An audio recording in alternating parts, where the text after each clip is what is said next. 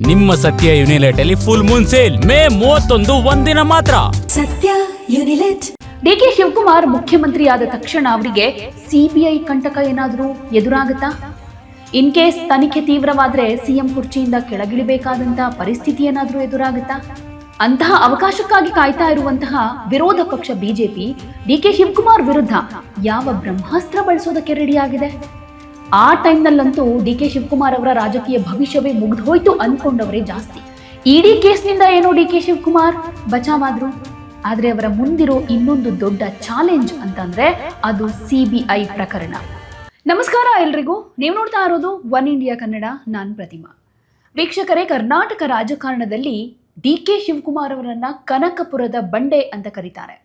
ಕಾಂಗ್ರೆಸ್ ಪಾಲಿಗೆ ಅವರೊಬ್ಬ ಅಪ್ರತಿಮ trouble shooter. Yes, DK Shivakumar ಕರ್ನಾಟಕದ ಮುಖ್ಯಮಂತ್ರಿಯಾಗಿ ಅಧಿಕಾರ ಸ್ವೀಕರಿಸೋದಕ್ಕೆ ಕೌಂಟ್ ಡೌನ್ ಶುರುವಾಗ್ತಾ ಇದೆ. ಡಿಕೆ ಶಿವಕುಮಾರ್ ರಾಜಕೀಯವಾಗಿ ಎಷ್ಟು ಶಕ್ತಿಶಾಲಿಯೋ ಅಷ್ಟೇ ಸುದೀರ್ಘ ಕಾಲದಿಂದ ಕಾನೂನು ಹೋರಾಟದ ಸುಳಿಯಲ್ಲೂ ಕೂಡ ಸಿಕ್ಕಾಕೊಂಡಿದ್ದಾರೆ.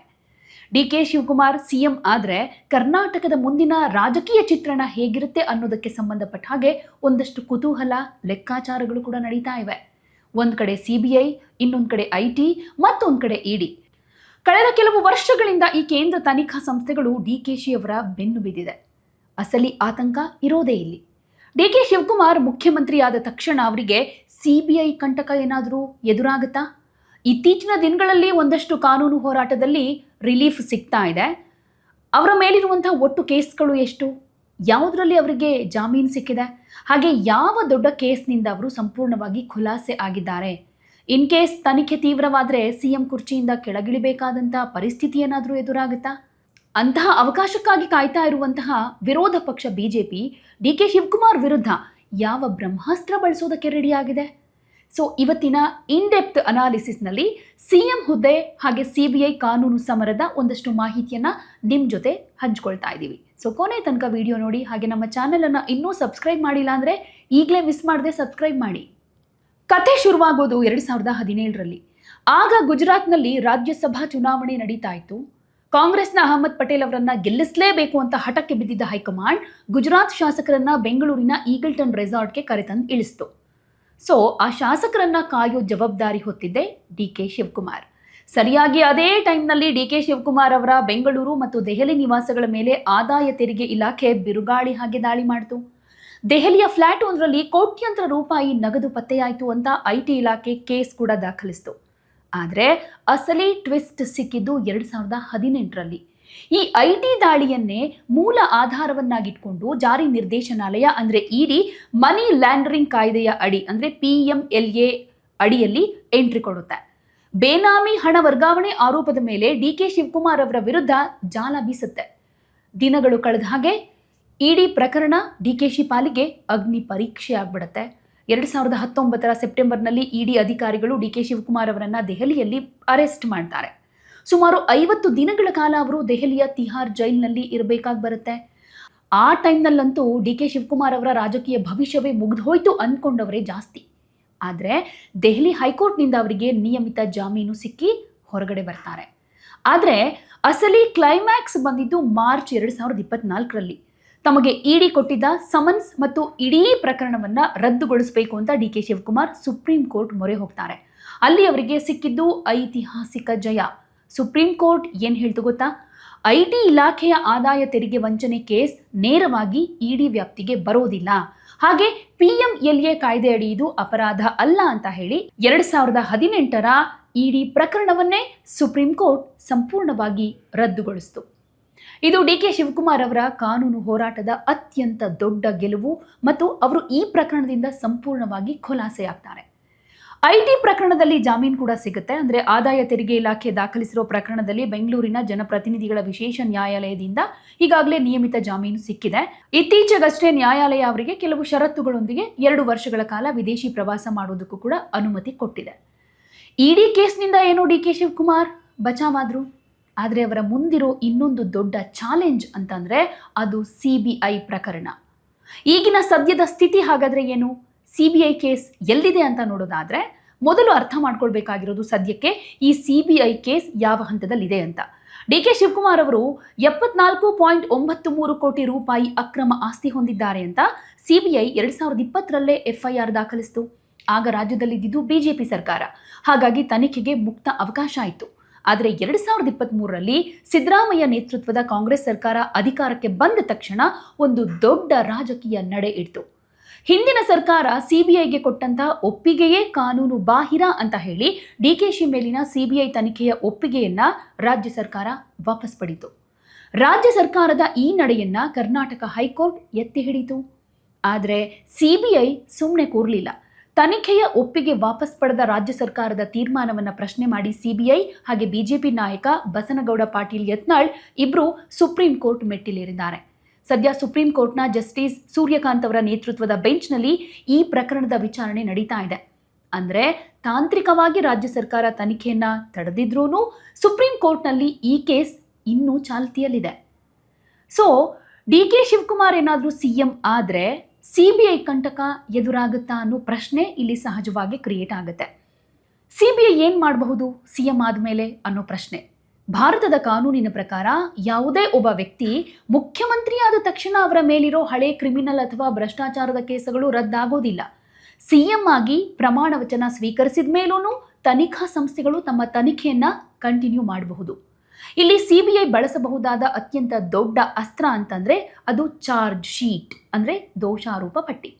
CBI ತನಿಖೆ ಕಂಪ್ಲೀಟ್ ಮಾಡಿ ನ್ಯಾಯಾಲಯಕ್ಕೆ ಅಧಿಕೃತ ಚಾರ್ಜ್ ಶೀಟ್ ಸಲ್ಲಿಸಿದ್ರೆ, ಹಾಗೆ ನ್ಯಾಯಾಲಯ ಅದನ್ನ ಪುರಸ್ಕರಿಸಿದ್ರೆ DKಶಿ ಪಾಲಿಗೆ ಸಂಕಷ್ಟ ಗ್ಯಾರಂಟಿ. ಭ್ರಷ್ಟಾಚಾರ ನಿಯಂತ್ರಣ ಕಾಯ್ದೆ ಅಡಿ ವಿಚಾರಣೆ ನಡೆಸೋದಕ್ಕೆ ಕೋರ್ಟ್ ಆದೇಶ ಕೊಟ್ರೆ CM ಹುದ್ದೆಯಲ್ಲಿದ್ದು ತನಿಖೆಯನ್ನ ಫೇಸ್ ಮಾಡಬೇಕಾಗಿ ಬರುತ್ತೆ. ಕೇಂದ್ರದಲ್ಲಿರೋ ಬಿಜೆಪಿ ಸರ್ಕಾರ ತನಿಖಾ ಸಂಸ್ಥೆಗಳನ್ನ ದುರ್ಬಳಕೆ ಮಾಡ್ಕೊಳ್ತಾ ಇದೆ ಅನ್ನೋದು ಕಾಂಗ್ರೆಸ್ ಆರೋಪ ಆದ್ರೆ, ಕಾನೂನು ತನ್ನ ಕೆಲಸ ತಾನು ಮಾಡ್ತಾ ಇದೆ ಅನ್ನೋದು ಕೇಂದ್ರದ ವಾದ. ಹೀಗಾಗಿ DK ಶಿವಕುಮಾರ್ CM ಆದ ತಕ್ಷಣ ದೆಹಲಿ ಮಟ್ಟದಲ್ಲಿ CBI ನಡೆ ಮತ್ತಷ್ಟು ಆಕ್ಟಿವ್ ಆಗೋ ಎಲ್ಲ ಚಾನ್ಸಸ್ಗಳು ಕೂಡ ಇದೆ. CM ಕುರ್ಚಿಯಿಂದ ಕೆಳಗೆ ಇಳಿಬೇಕಾದಂಥ ಪರಿಸ್ಥಿತಿ ಏನಾದರೂ ಬರುತ್ತಾ ಅನ್ನೋದು ಕೂಡ ಅನಿಸುತ್ತೆ ಇಲ್ಲಿ. ಯಾಕಂದ್ರೆ ಅತಿ ದೊಡ್ಡ ಕುತೂಹಲ ಇರೋದೇ ಇಲ್ಲಿ. CBI ಕೇಸ್ನಿಂದ DK ಶಿವಕುಮಾರ್ CM ಕುರ್ಚಿಯಿಂದ ಕೆಳಗಿಳಿಯಬೇಕಾಗತ್ತಾ ಅನ್ನೋದಕ್ಕೆ ಕಾನೂನಿನಲ್ಲಿ 2 ರೀತಿಯ ಆಯಾಮಗಳು ಸಿಗ್ತಾ ಹೋಗುತ್ತೆ. ಮೊದಲನೇದು ಬಂಧನ ಹಾಗೆ ಜೈಲು ಶಿಕ್ಷೆ ಅಂತ. ಕೇವಲ FIR ದಾಖಲಾದ ತಕ್ಷಣ ಅಥವಾ ಚಾರ್ಜ್ ಶೀಟ್ ಸಲ್ಲಿಕೆಯಾದ ತಕ್ಷಣ ಯಾರೂ CM ಹುದ್ದೆಗೆ ರಾಜೀನಾಮೆ ಕೊಡಬೇಕು ಅಂತ ಕಾನೂನಿನಲ್ಲಿ ಎಲ್ಲೂ ಇಲ್ಲ.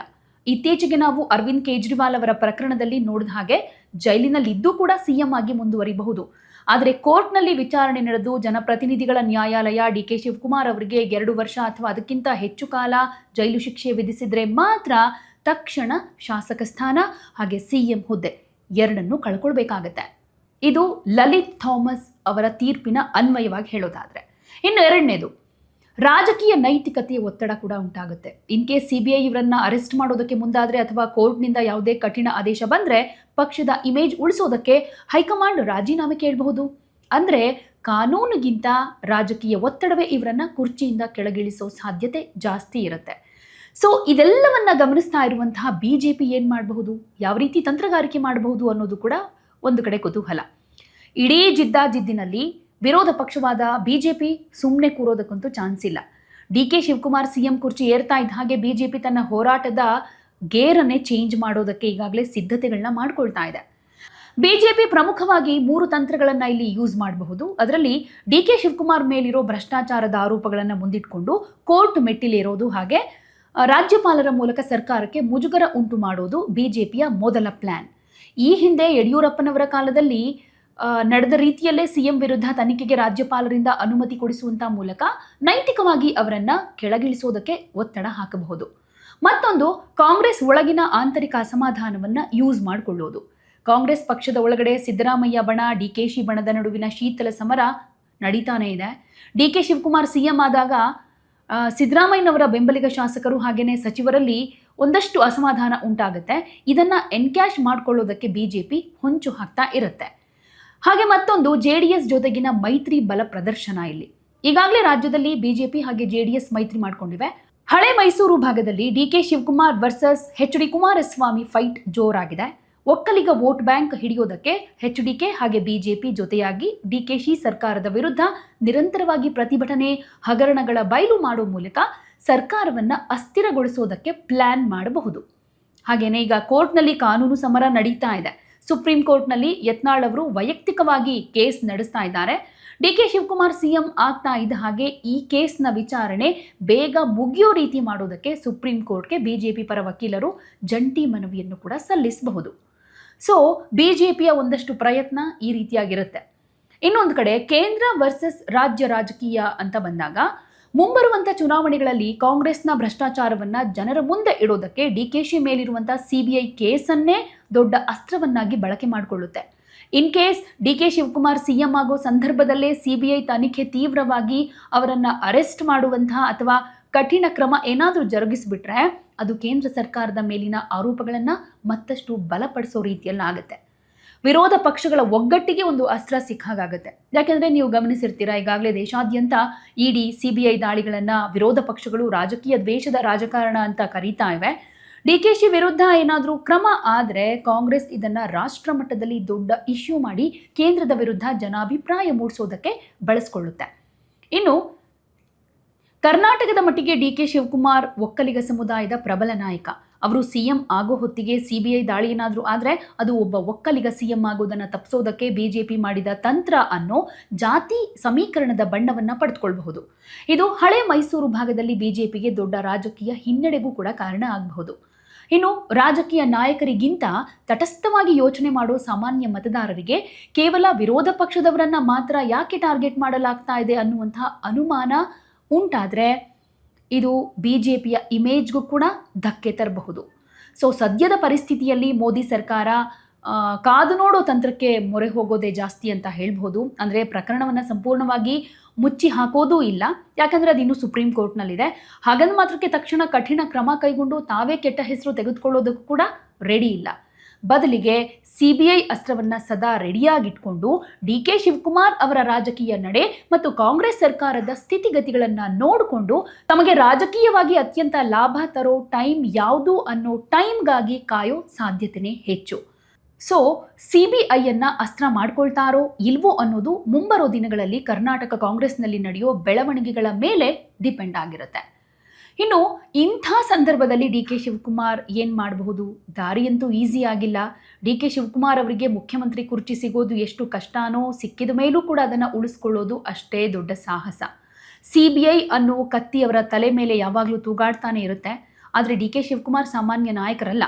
ಕಾನೂನು ಹೋರಾಟದಲ್ಲಿ ಅವರಿಗೆ ದಶಕಗಳ ಅನುಭವ ಇದೆ.